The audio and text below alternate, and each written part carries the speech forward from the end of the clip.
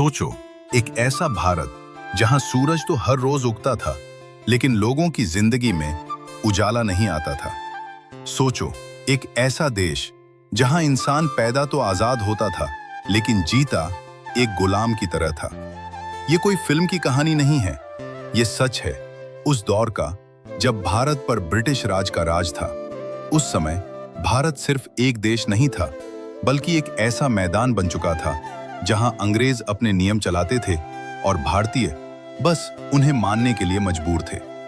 तुम आज जो आजादी महसूस करते हो, वो उस समय एक सपना थी।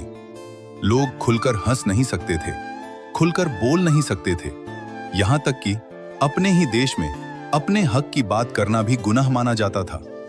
अगर किसी ने आवाज उठाई तो उसे दबा दिया जाता था, इतना कि उसकी आवाज कभी वापस सुनाई ही नहीं देती थी।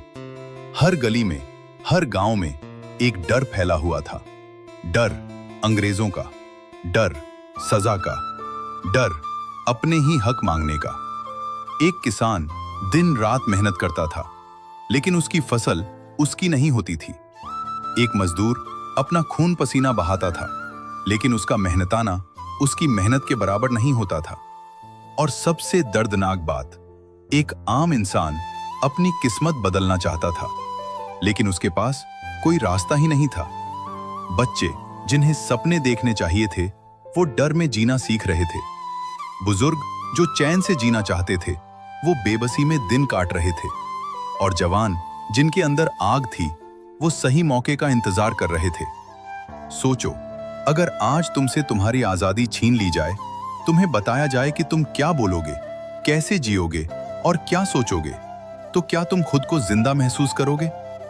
यही सच्चाई थी उस भारत की जो कभी अंग्रेजों का गुलाम था।